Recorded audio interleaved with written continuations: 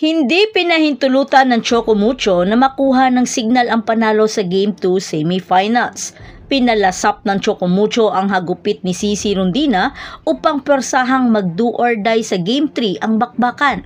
Ngayong tabla na ang laban, sino kaya ang makakapasok sa finals? Ikaw, sino sa tingin mo? Pero bago pa man ang lahat, huwag mo namang kalimutang mag-subscribe at i-spike ang notification bell para lagi kang updated sa mga volleyball ganap.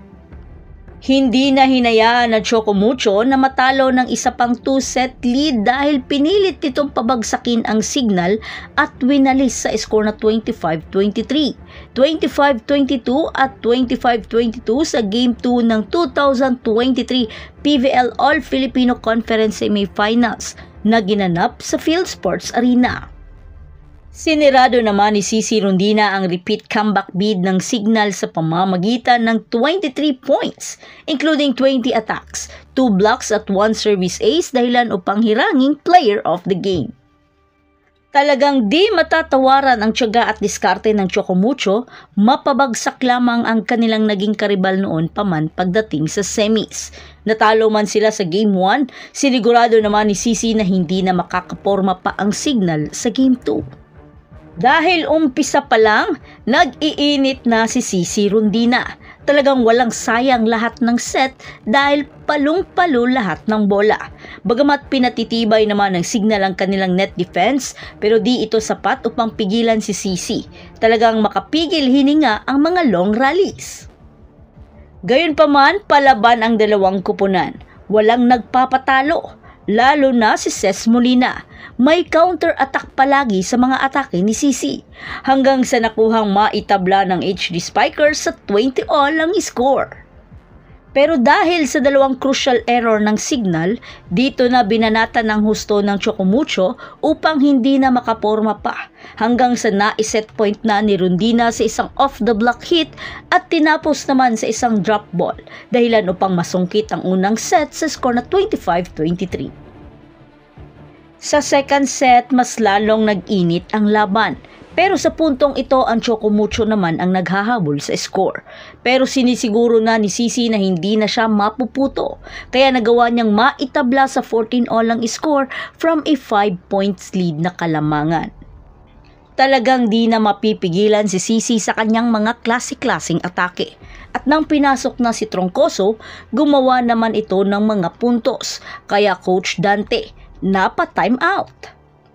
Sa puntong ito, ang baga na lahat ng Titans. Hinigpitan din nila ang depensa, kaya nagawa na namang maitabla ni Cici sa 20 all.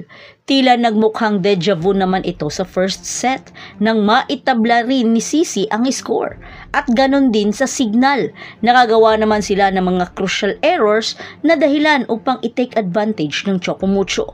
At nakuha nga nila ang second set sa score na 25-22. Pagdating naman sa third set, napaka-critical na para sa Chocomucho dahil dito sila nadali sa third set sa Game 1. Kaya doble kayod ang mga Flying Titans at hindi na nagpakampante dahil any moment pwedeng maagaw na naman sa kanila ang momentum at baka di na makabalik pa. Bagamat di naman madali ang laban sa pagitan ng dalawang kupunan, pero sanib pwersa na ang bawat kupunan upang makuha ang panalo nang maitabla na ni Cath Tolentino sa 18 all.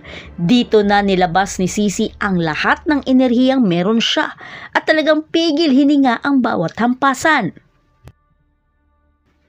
Kaya nagawa nilang makalamang ng 3 points lead. Hindi naman sumang-ayon si Gonzaga at pinilit na makapuntos, maputo lamang ang momentum ng Flying Titans. Pero di na umubra ito dahil pati ang Hurricane Cath ay pinalasap ang sharp cross-court attack dahilan upang ma-match point ang bakbakan.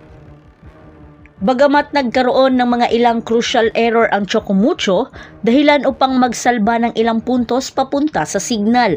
Pero dahil sa service error naman ni Bionic Ilongga, dahilan ng pagkapanalo ng Flying Titans sa Game 2 ng second All-Filipino Conference sa semifinal series at persahang mag-do or die sa Game 3.